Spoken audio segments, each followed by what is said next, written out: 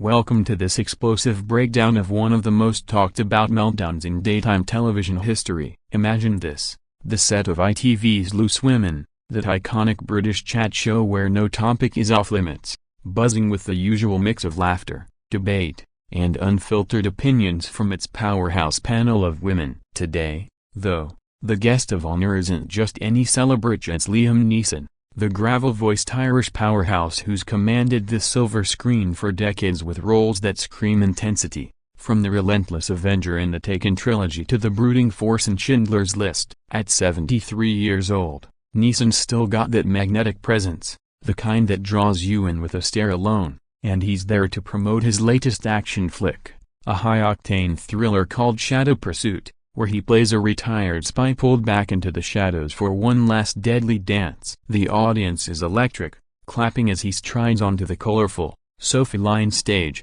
his trademark dark suit hugging his tall frame, that silver hair perfectly coiffed, exuding the quiet confidence of a man who's faced down villains on screen and off. Hosting the panel today is the formidable Denise Welch, the Geordie firebrand known for her razor-sharp wit, her unapologetic takes on everything from politics to personal demons, and her history of clashing with guests who dare to tiptoe around the truth. Flanking her are the rest of the Loose Women crew, Nadia Sawalha with her warm empathy, Janet Street Porter bringing her no-nonsense edge, and maybe a wild card like Colleen Nolan for that cheeky northern charm. The show kicks off light and breezy, with Neeson charming the socks off everyone by sharing anecdotes from his early days in Belfast, how he stumbled into acting after a stint as a forklift driver, and the wild serendipity of landing Oscar Schindler, a role that humanized the horrors of the Holocaust and earned him an Oscar nod. Laughter ripples through the studio as he mimics Steven Spielberg's intense directing style, arms flailing like a conductor lost in symphonic fury. But beneath the surface pleasantries, there's a subtle undercurrent, a faint whiff of the storm brewing, because Denise, ever the provocateur, has done her homework. She's read the headlines from years past, the infamous 2019 interview where Neeson confessed to a dark chapter in his life via a friend's rape that ignited a vengeful rage in him, leading him to prowl the streets hoping to confront and kill a black man as payback. It was a raw, uncomfortable admission that sparked global backlash, with accusations of racism flying thick and fast, and Neeson scrambling to clarify that it was a story of his own buried prejudices, a moment of brutal honesty meant to spark dialogue on anger and forgiveness. Denise, a survivor of her own battles with addiction and mental health, sees it not just as a footnote but as a festering wound in Hollywood's underbelly, where white male stars often get a pass for edgy confessions that would bury others. As the chat meanders from Neeson's fitness regime, those grueling workouts that keep him flipping bad guys at his age, to the evolving landscape of action heroes, with nods to peers like Keanu Reeves and Tom Cruise, Denise's eyes narrow slightly, her fingers tapping the armrest like a countdown to ignition. The audience senses it too, that shift from fluff to friction, whispers rustling like dry leaves in the back rows. Neeson, sipping water from a studio mug emblazoned with the show's logo, seems oblivious at first, regaling tales of on-set mishaps, like the time he accidentally headbutted a stunt double during a fight scene, leaving the poor champ with a shiner that makeup couldn't fully hide. But Denise isn't here for the blooper reel. She's gearing up to peel back the layers, to ask the questions that polite PR handlers have long swept under the rug. And just like that, as the applause dies down from a clip of Shadow Pursuit's thriller explosions and narrow escapes flickering on the monitor, so the pivot happens. "Liam," she says, her voice honeyed but laced with steel, leaning forward with that trademark bob of chestnut hair framing her face. "We've all loved watching you take down the bad guys on screen, but let's talk about the real fights, the ones that happen off camera. Remember that interview a few years back? The one where you talked about wanting to hurt someone because of what happened to your friend? How does that sit with you now, in a world that's finally calling out casual racism for what it is?" The studio falls into a hush, the kind that amplifies every breath, every fidget in the seats. Neeson's jaw tightens, his blue eyes flashing like storm clouds over the Irish Sea, and in that instant, the friendly promo slot transforms into a coliseum, gladiators circling under the unforgiving lights of live TV. This isn't just a chat anymore, it's a confrontation, raw and unscripted, with millions tuning in from living rooms across the UK. Teacups paused mid-sip, eyes glued to the unfolding drama. Denise holds his gaze,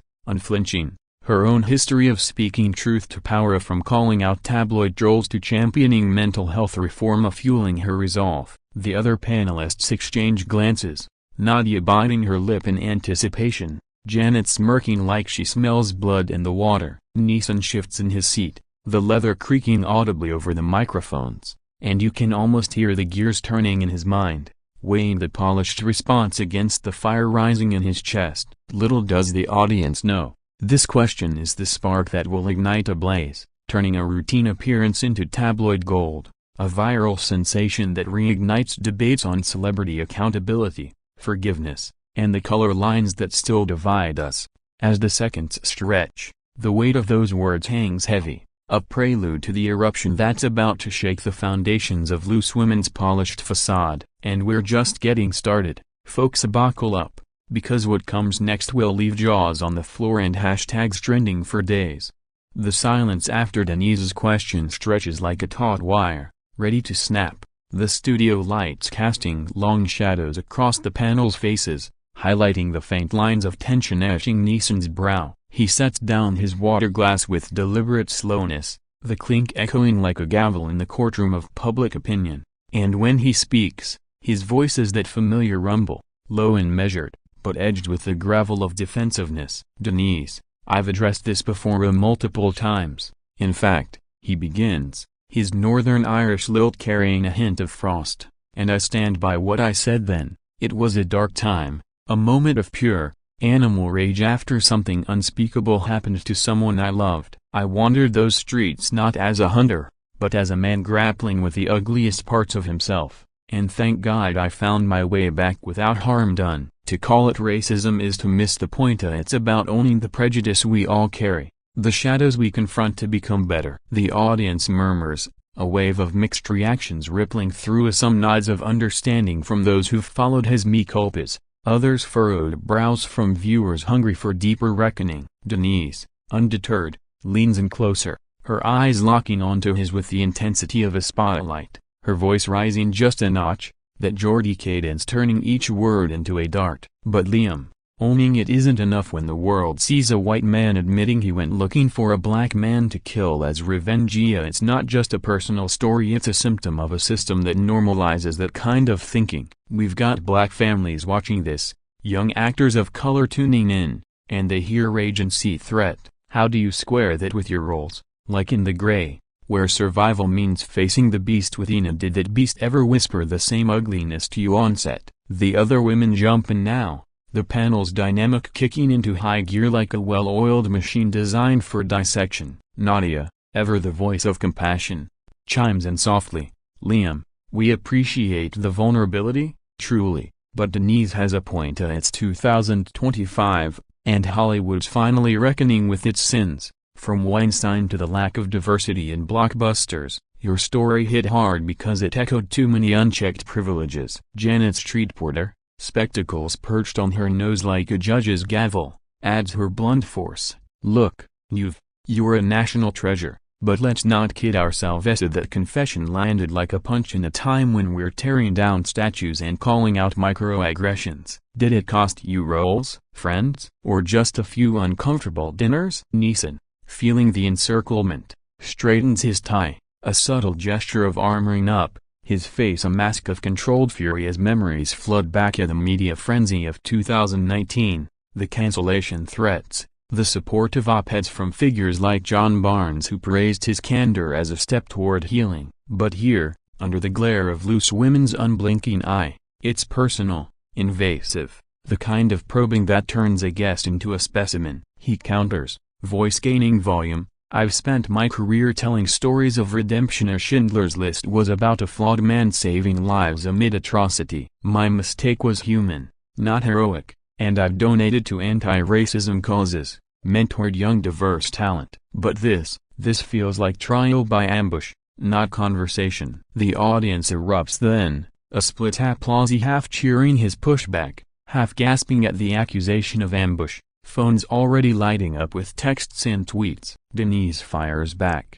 her cheeks flushing with the heat of conviction. Ambush. Liam, this is loose womino. We don't do scripts for tough talks, we do truth. And the truth is, your human mistake resonates differently when you're not the one profiled daily because of your skin. My son's band, the 1975, fights for inclusivity in music. Imagine him reading your words as a key. Would that inspire or intimidate? The exchange accelerates, words overlapping like rapid-fire dialogue in one of Neeson's chase scenes, the director off-camera signaling frantically to commercial breaks that never quite land. Cutaways to audience reactions show stunned faces, a young black woman in the front row nodding fiercely at Denise, an older couple whispering debates. Neeson's hands clench, knuckles widening, as he recalls his own loss as his wife Natasha Richardson's tragic death in 2009, a grief that deepened his empathy but also hardened his edges. You want inspiration? Look at my work with underrepresented voices in Ice Road Truckers or The Marksman. I'm not the villain here, he retorts, but Denise parries. Villain? No, but unchecked ally at best. We've had guests like Idris Elba on, talking code switching and barriers. Where's your bridge building beyond apologies? The panel piles on gently but insistently, tossing in a light jab about action stars needing more than fists to fight bias, drawing uneasy laughs that do little to diffuse the bomb. Tension coils tighter, the air thick with unspoken hysteria. Denise's own tabloid wars, Neeson's box office armor cracking under scrutiny. As the debate spirals, Neeson's patience frays, his responses shorter, sharper, until the room feels like a pressure cooker on the verge of explosion. Viewers at home are glued, forums lighting up with live reactions. #Liam vs Loose trending, memes of Neeson's taking glare captioned "I will find you," and discuss privilege. This isn't entertainment anymore, it's excavation, unearthing the raw nerves of race, regret, and redemption in a format built for feel-good fodder. And as the clock ticks toward the ad break that might save the day or note, the stage is set for the breaking point, where words turn to walking out, and a star's poise shatters live on air.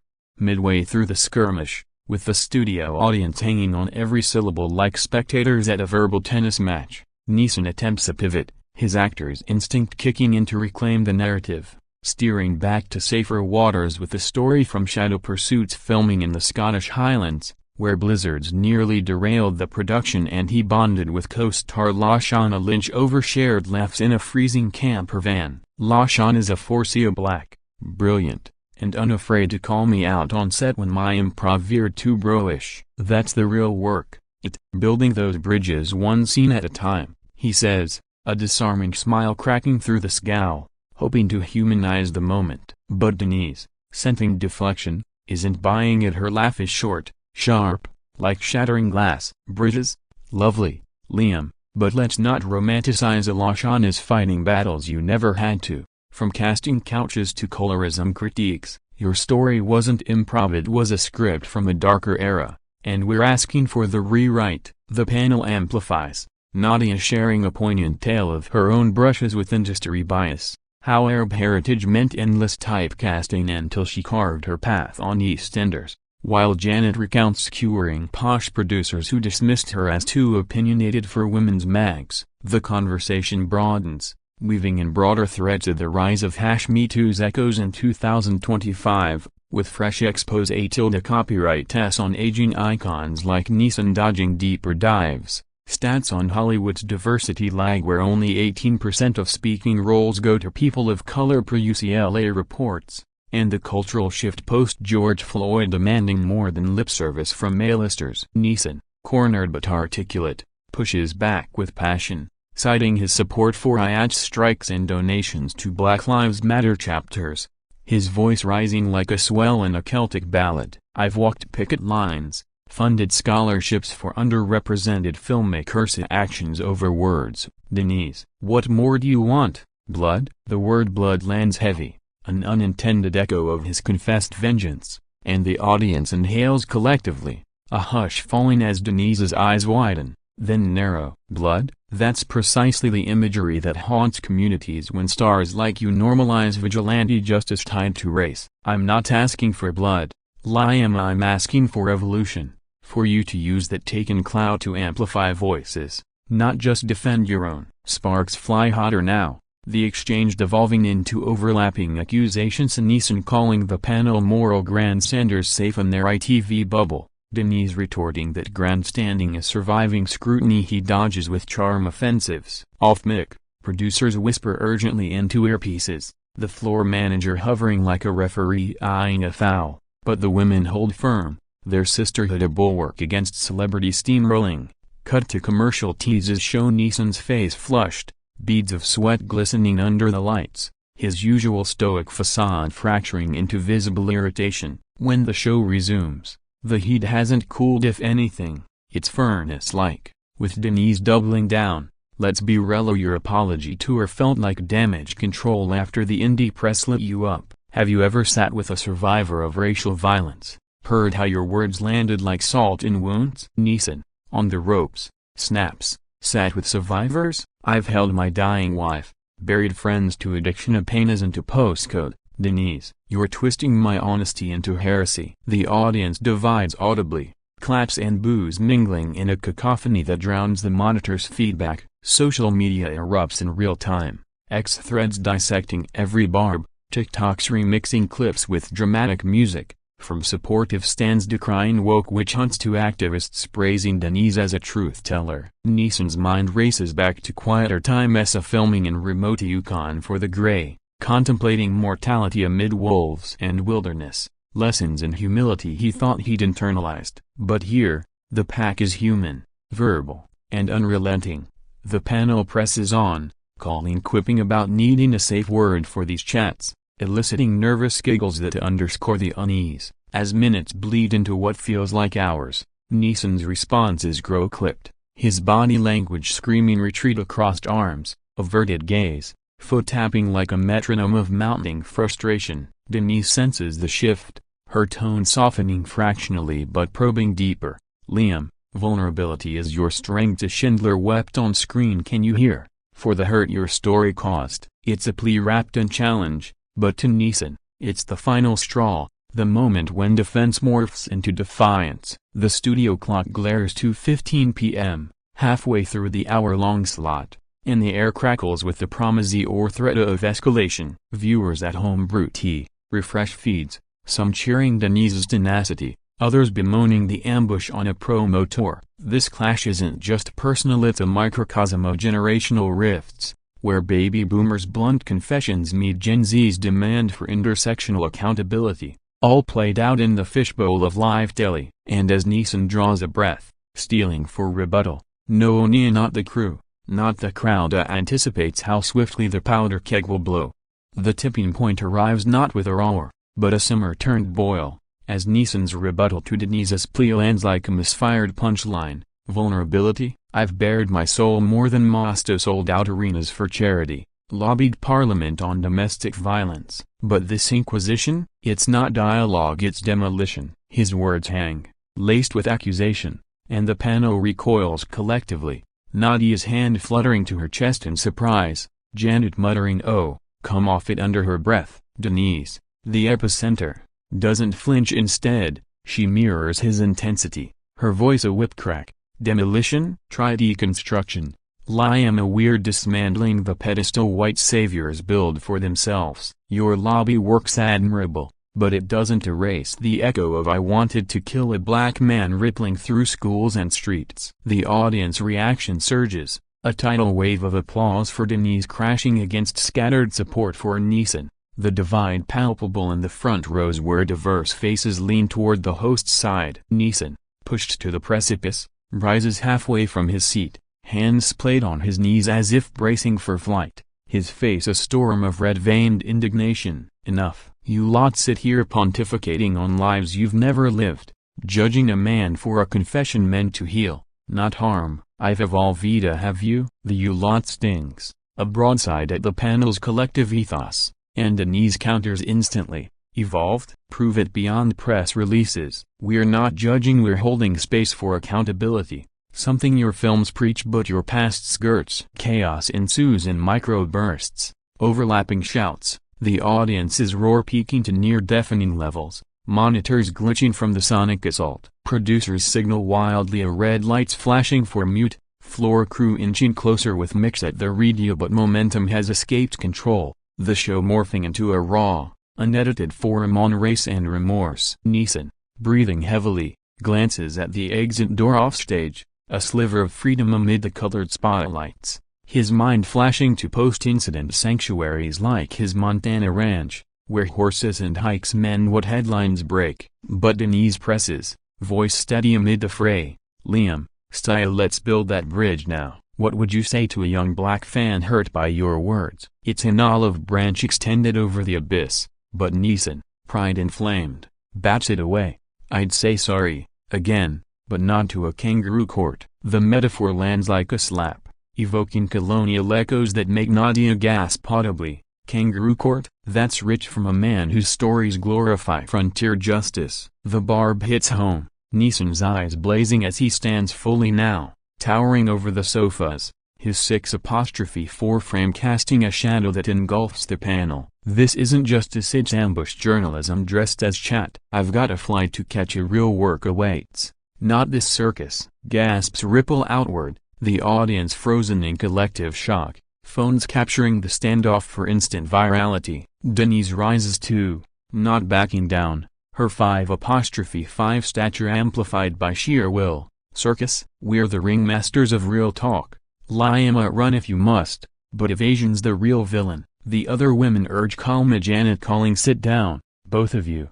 While Colleen pleads for commercial, but Neeson, momentum his ally, grabs his jacket from the chair back, slinging it over his shoulder like a cape of retreat. The studio descends into pandemonium, cheers from those siding with the panel, boos from Neeson loyalists, crew members frozen in indecision as the live feed captures every raw second. Off camera, the director's voice booms in earpieces. Cut to break now. But the button lags, prolonging the spectacle for agonizing eternities. Neeson strides toward the wings, pausing at the threshold to fire a parting shot over his shoulder. Tell your viewers truth isn't always comfortably good day.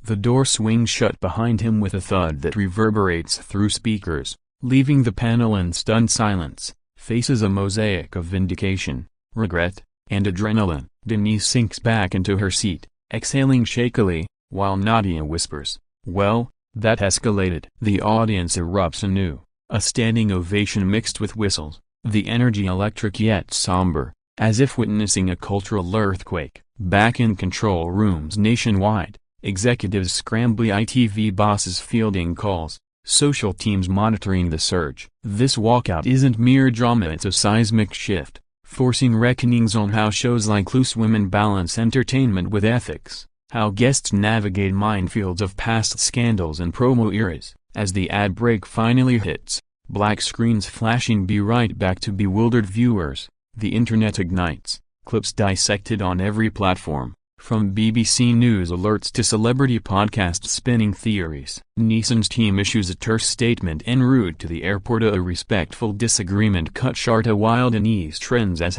#Queen Welch, fans lauding her as the guardian of unvarnished discourse. The fallout's just dawning, a ripple promising waves of opinion pieces, late-night monologues, and perhaps, in time, a reflective Neeson op-ed. But in this charged moment, as confetti of controversy settles, one truth stands: daytime TV just got dangerously, gloriously real.